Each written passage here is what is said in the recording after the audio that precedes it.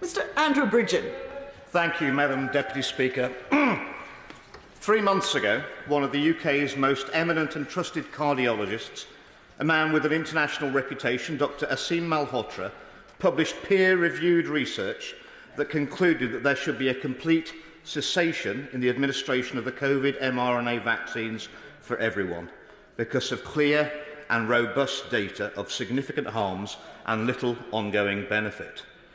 He described the rollout of the biotech Pfizer vaccine as perhaps the greatest miscarriage of medical science, damage to population health, erosion of trust in public health, and attack on democracy that we will witness in our lifetime. Interesting, Madam Deputy Speaker, there's not been a single rebuttal so far in the scientific literature to Dr. Malhotra's findings, despite its widespread circulation and it making international news. Before I state the key evidence-based facts that make a clear case for complete suspension of these emergency use authorisation vaccines, it's important to appreciate the key psychological barrier as to why these facts have not been acknowledged by policymakers and taken up by the UK mainstream media. That psychological phenomenon is willful blindness. This is when human beings, including in this case institutions, turn a blind eye to the truth in order to feel safe, reduce anxiety, avoid conflict, and protect their prestige and reputations. There are numerous examples of this occurring in recent history, such as at the BBC with Jimmy Savile, the Department of Health and mid-staffs, Hollywood and Harvey Weinstein, and specifically in the medical establishment, the OxyContin scandal, which was portrayed in the mini-series Dope Stick. What's crucial to understand is that the longer willful blindness to the truth continues, the more unnecessary harm it creates. So here are the cold, hard facts on the mRNA vaccines and an explanation of the structural drivers that continue to be barriers to doctors and the public receiving independent information to make informed decisions about these vaccines. Since the rollout in the UK of the biotech Pfizer mRNA vaccine, we have had almost 500,000 yellow card reports of adverse effects from the public. Madam Deputy Speaker, this is unprecedented and is more than all the yellow card combined reports of the last 40 years. Such an extraordinary rate of side effects, which are beyond mild, have been reported in many countries across the world that have used the Pfizer vaccine, including, of course, the United States. Of course, I'll give way to the honourable gentleman. Thank him for giving way. I spoke to the honourable gentleman beforehand. He knows my feelings about the vaccines. I'm a supporter of the vaccines. Many of my family are as well. But I understand where the honourable gentleman comes from. I've had some constituents who have come to me. And does the honourable gentleman agree we need to ensure in this House we acknowledge risks and don't simply relegate them to fine print? It's absolutely right that those who feel they've been damaged by the vaccine should, of course, have the full support of their elected members of Parliament and, of course, the full support of the NHS. It's interesting that only a couple of weeks ago I was interviewed by a journalist from a major news outlet who said that he was being bombarded by calls from people who said that they were vaccine harmed but unable to get the support they wanted from the NHS. And he also said that he thought this would be the biggest scandal in the medical history in this country. And disturbingly, he also said that if he were to mention that in the newsroom in which he worked, he would fear that he would lose his job. And it is this conspiracy of silence that we need to break. Madam Deputy Speaker, it's instructive to note that traditionally, according to pharmacovigilance analysis, when it comes to serious adverse effects, what is actually reported by the public is thought to be only represent 10% of the true rate of serious adverse events occurring within the population. The gold standard of understanding the benefit and harm of any drug comes from the randomised controlled trial. It's the randomised controlled trial conducted by Pfizer that led to the UK and international regulators approving the biotech Pfizer mRNA vaccine in the first place for administration.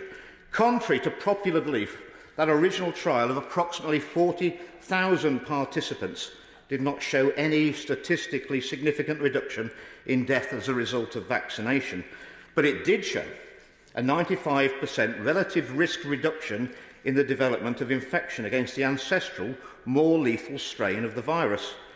However, the absolute risk reduction for an individual was only 0.84%.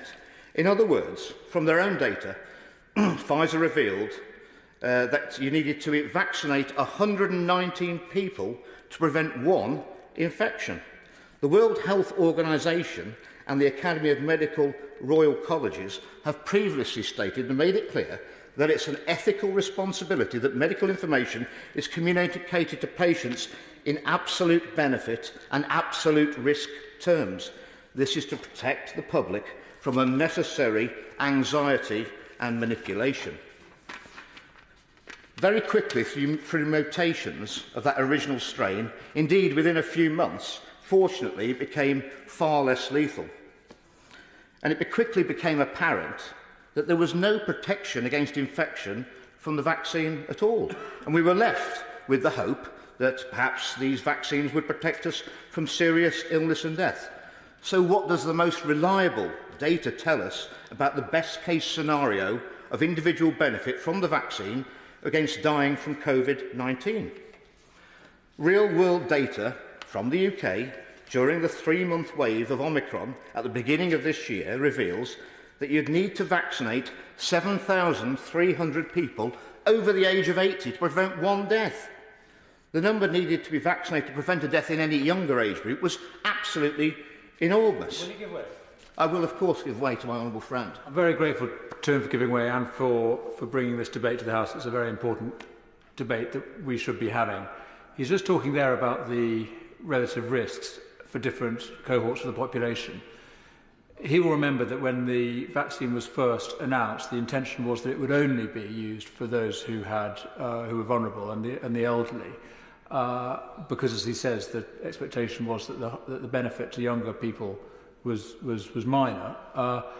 Do you think it would be helpful? Does he agree with me that it would be helpful for the Minister to explain to us why the original advice that the vaccines would only be rolled out for the older population and would not be used for children in particular, why that original advice was laid aside and we ended up with a rollout for the entire population, including children? I thank my honourable friend, the member for Devizes, for that intervention and his support on this very important issue. Of course, it's important that the government justify why they're rolling out a vaccine to any cohort of people, in particular our children. He will recall in the Westminster Hall debate that we questioned the validity of vaccinating children who have minimal risk, if at all, from the virus, but there's a clear risk from the vaccine. And I will again report on evidence from America later in my speech regarding those risks to particularly young children. So, in other words, the benefits of the vaccine are close to non-existent. Beyond the alarming yellow card reports, the strongest evidence of harm comes from the gold standard, highest possible quality level data, a reanalysis of the Pfizer-Moderna's own randomised controlled trials using the mRNA technology published in the peer-reviewed journal Vaccine revealed a rate of serious adverse events of 1 in 800 individuals vaccinated. These are events that result in hospitalisation, disability or a life-changing. What is most disturbing of all, however, is that of those original trials suggesting that someone was far more likely to suffer a serious side effect from the vaccine than to be hospitalised with the ancestral, more lethal strain of the virus. These findings, Madam Deputy Speaker, are a smoking gun suggesting that the vaccine should likely never have been approved in the first place. In the past, vaccines have been completely withdrawn from use for a much lower incidence of serious harm. For example, the swine flu vaccine was withdrawn in 1976 for causing Guillain-Barré syndrome in only 1 in 100,000 adults. And in 1999, the rotavirus vaccine was withdrawn for causing a form of bowel obstruction in children, affecting 1 in 10,000. With the COVID mRNA vaccine, we're talking of a serious adverse event rate of at least 1 in 800. because that's the rate determined in the 2 months that Pfizer actually followed the patients following their vaccination. Unfortunately, some of those serious events affecting such as heart attack, stroke or pulmonary embolism will result in death, which is devastating for individuals and the families they leave behind. And many of these may take longer than 8 weeks post-vaccination to show themselves. An Israeli paper published in Nature Scientific Reports showed a 25% increase in heart attack and cardiac arrest in 16 to 39-year-olds in Israel. And another report from Israel, which is looking at the level of myocarditis and pericarditis in people who've had COVID and those who hadn't. It was a study, I think, of 1.2 million who hadn't had COVID and 740,000 who had COVID. The incidence of myocarditis and pericarditis was identical in both groups. This would tell the House that whatever is causing the increase in heart problems now, it's not due to having been infected with the COVID-19 vaccine. It was accepted by a peer-reviewed medical journal that one of the nation's most respected and decorated general practitioners, Honorary Vice President of the BMA, and the Labour Party's Doctor of the Year, Dr. Kailash Chand, likely suffered a cardiac arrest and was tragically killed by the Pfizer vaccine 6 months after his second dose through a mechanism that rapidly accelerates heart disease. In fact, in the UK, Madam Deputy Speaker, we've had an extra 14,000 out-of-hospital cardiac arrests in 2021 compared to 2020, following the vaccine rollout. Many of these will undoubtedly be because of the vaccine, and the consequences of this mRNA jab are clearly serious and common. The ministers... I will, yes. I'm very grateful, and I think he's making a very interesting and important speech. And in particular, he's giving a lot of detail about the Pfizer vaccine. Does he have similar concerns about other vaccines? And if so, will he be talking about those later in his speech? I thank my honourable friend for that interjection. Clearly, this is relating to all mRNA vaccinations. He will be well aware that many of us will have had the AstraZeneca vaccine. That has effectively been withdrawn because of health concerns around. Indeed, I'll declare to the House I'm double vaccinated with AstraZeneca, which has now been withdrawn. The ministers may understandably wish to defer responsibility for a decision such as withdrawing the vaccines from the population to the regulators, such as the MHRA, or in America it would be the FDA. Historically, when undertaking the approval of any drug, the regulators themselves ultimately end up relying on the summary results of the drug companies in their sponsored trials, where the raw data is kept commercially confidential. Furthermore, the MHRA has a huge financial conflict of interest, receiving 86% of its funding from the pharmaceutical industry they are supposed to regulate.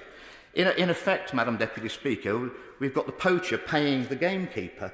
As pointed out in a recent BMJ investigation into the financial conflicts of interest of the drug regulators, sociologist Donald Light said of them, "It's the opposite of having a trustworthy organisation independently and rigorously assessing medicines. They're not rigorous, they're not independent, they're selective, and they withhold data. Doctors and patients must appreciate how deeply and extensively drug regulators can't be trusted so long as they're captured by the industry funding." Similarly, another investigation revealed that members of the JCVI have huge financial links to the Bill and Melinda Gates Foundation, running to billions of pounds. The ministers, the media and the public know that the foundation itself is heavily invested in the pharmaceutical industry stocks. Unfortunately, the catastrophic mistake over the approval and the coercion associated with this emergency use authorisation medical intervention is not an anomaly, but in many ways it could have been predicted by structural failures that have allowed this to occur in the first place. These shortcomings are rooted in the increasingly unchecked, visible and invisible power of multinational corporations, in this case Big Pharma. We start by acknowledging that the drug industry has a fiduciary obligation to produce profit for their shareholders. Madam Deputy Speaker, they have no fiduciary obligation to provide the right medicines for patients. The real scandal is that those with a responsibility to patients and scientific integrity, namely doctors, academic institutions and medical journals, collude with the industry for financial gain. Big Pharma exerts its power by capturing the political environment through lobbying, the knowledge environment through funding university research and influencing medical education, preference shaping through capture of the media, financing, think tanks, etc., etc. In other words, the PR machinery of pharma excels in subterfuge, engages in smearing and deplatforming those who call out their manipulations. No doubt, Madam Deputy Speaker, they will be very busy this evening.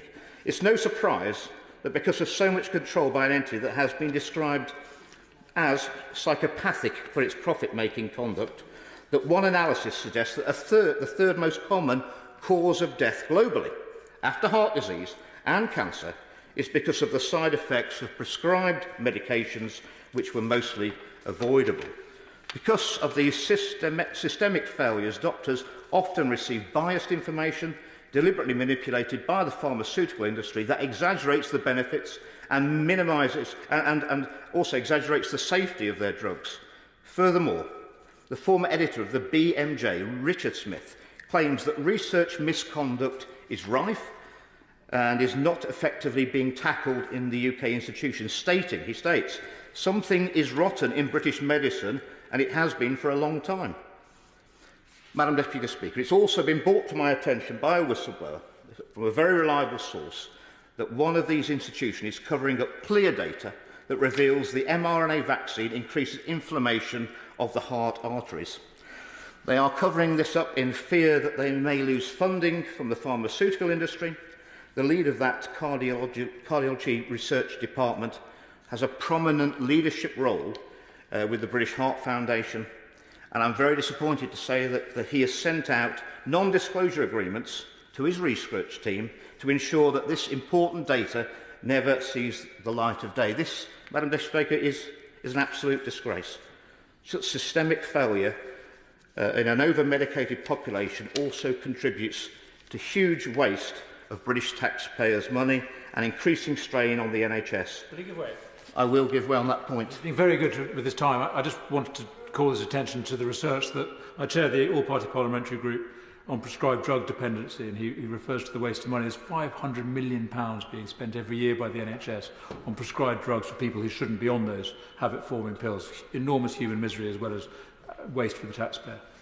I thank my honourable friend for making a point which only reinforces the items in my speech which the public need to know, and I thank him again for his support. We clearly need an inquiry into the influence of Big Pharma on medications and our NHS, and this has been called for on many occasions, indeed by some very, very influential people, including prominent physicians, such as the former President of the Royal College of Physicians and personal doctor to our former Queen, Sir Richard Thompson. On a separate occasions, in the last few years, these calls have been supported also and covered in the Daily Mail, the Guardian, and most recently the I newspaper. We're not just fighting for principles of ethical, evidence-based medical practice here, but we're also fighting for our democracy. The future health of the British public depends on us tackling head-on the cause of this problem and finding meaningful solutions. In 2015, a commentary by Richard Horton, Editor-in-Chief of The Lancet, suggested that possibly half of the published medical literature may simply be untrue. He wrote that science has taken a turn towards darkness and asked who is going to take the first step to clean up the system. Well, Madam Deputy Speaker, that first step could start this evening with this debate. It starts here, and the Vaccine Minister and the Government ensuring in the first instance that there needs to be an immediate and complete suspension of any more COVID vaccines and their use of mRNA technology. Madam Deputy Speaker, silence on this issue is more contagious than the virus itself. And I'd also, now so should courage be. And I would implore all the scientists, the medics, the nurses, and those in the media who know the truth about the harm these vaccines are causing to our people to speak out. Madam Deputy Speaker, we've already sacrificed, in my view, far too many of our citizens on the altar of ignorance and unfettered corporate greed. Last week, the MHRA authorised these experimental vaccines for use on children as young as 6 months. A report, which I've already quoted in a Westminster Hall debate some weeks ago, by the Journal of American Medical Associations, studying the effects of the COVID-19 mRNA vaccination on children under 5 years of age, showed that 1 in 200 had an adverse event, which resulted in hospitalisation and had symptoms that lasted longer than 90 days. As the data clearly shows, to anyone who wants to look at it, the mRNA vaccines, they're not safe, they're not effective, and they're not necessary. I implore the government to halt their use immediately, and as I've demonstrated, and the data clearly shows, the government's current policy on the mRNA vaccines is on the wrong side of medical ethics, it's on the wrong side of scientific data, and ultimately, Madam Deputy Speaker, it will be on the wrong side of history.